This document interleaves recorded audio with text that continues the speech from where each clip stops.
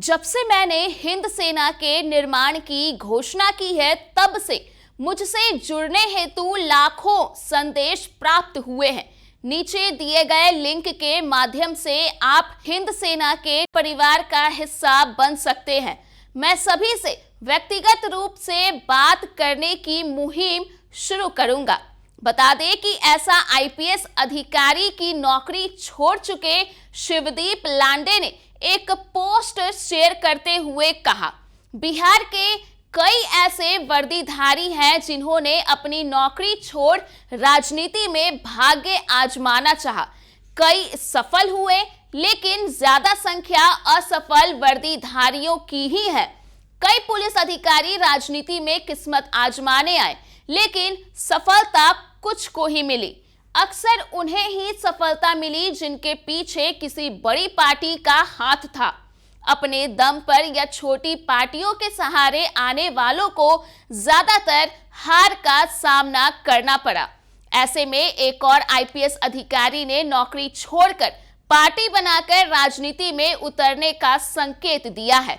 बिहार की राजनीति में खाकी वर्दी वालों का क्या किस्सा है, आइए जानते हैं। नमस्कार, दर्श न्यूज देख रहे हैं आप। मैं प्रीति दयाल आपके साथ। दरअसल पूर्व आईपीएस शिवदीप लांडे ने हिंद सेना नाम से अपनी पार्टी बनाकर राजनीति में आने का ऐलान किया है। वे राष्ट्रवाद, सेवा और समर्पण के सिद्धांतों पर काम करने की बात कर रहे हैं। वहीं उनसे पहले पूर्व डीजीपी गुप्तेश्वर पांडे को राजनीति में निराशा हाथ लगी। उन्होंने वीआरएस लेकर चुनाव लड़ने की तैयारी की थी, पर उन्हें टिकट नहीं मिला।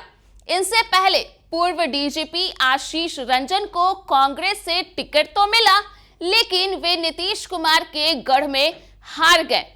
तो वहीं पूर्व डीजीपी डीजी ओझा भी चुनाव में बुरी तरह से हारे थे।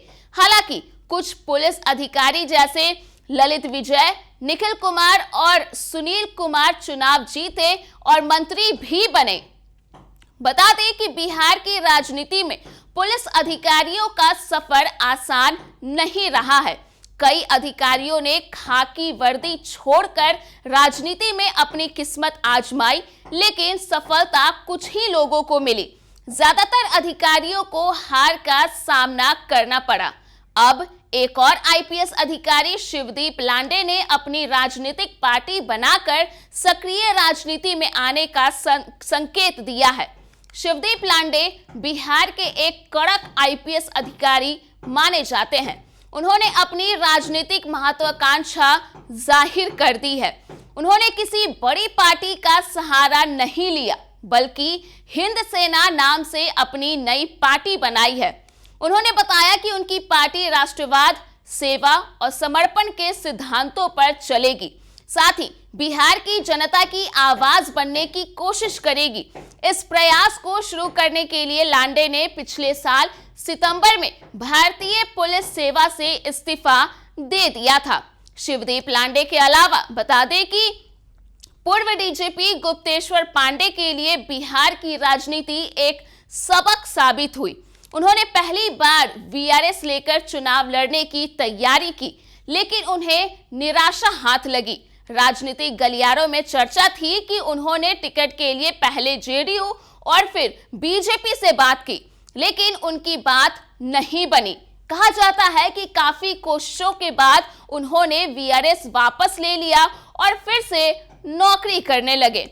उन्होंने दूसरा प्रयास डीजीपी रहते हुए किया और बक्सर से चुनाव लड़ने की पूरी तैयारी कर ली।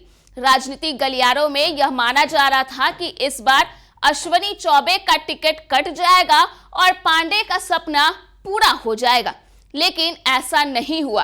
कहते हैं कि तब पांडे को समझ में आया कि समाज सेवा करने के लिए राजनीति जरूरी नहीं है। अब वे आध्यात्म के जरिए समाज सेवा करने का सपना पूरा कर रहे हैं और उसी राह पर चल रहे हैं। इधर पूर्व डीजीपी आशीष रंजन भी संसद जाना चाहते थे। उन्हें लगता था कि नीतीश कुमार के सहारे वे लोकसभा में पहुंच जाएंगे, पर जब एनडीए की तरफ से कोई प्रस्ताव नहीं आया तो कांग्रेस ने उनकी बात सुनी और उन्हें नालंदा लोकसभा से टिकट दिया, लेकिन उन्हें नीतीश कुमार के गढ़ में हार का सामना करना पड़ा।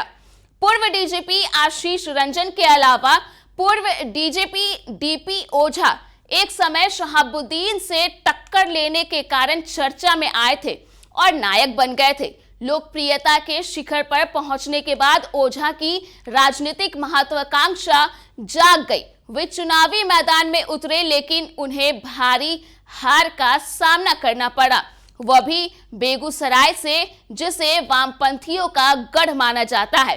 तो इस तरह से देखा जाए तो बिहार के कुछ जो खाकी वर्दी वाले हैं, उनका इस तरह से राजनीतिक इतिहास रहा है। तो फिलहाल के लिए इस खबर में इतना ही। अगर आपने अभी तक हमारे YouTube चैनल को सब्सक्राइब नहीं किया है तो इसे जल्द सब्सक्राइब कर दें।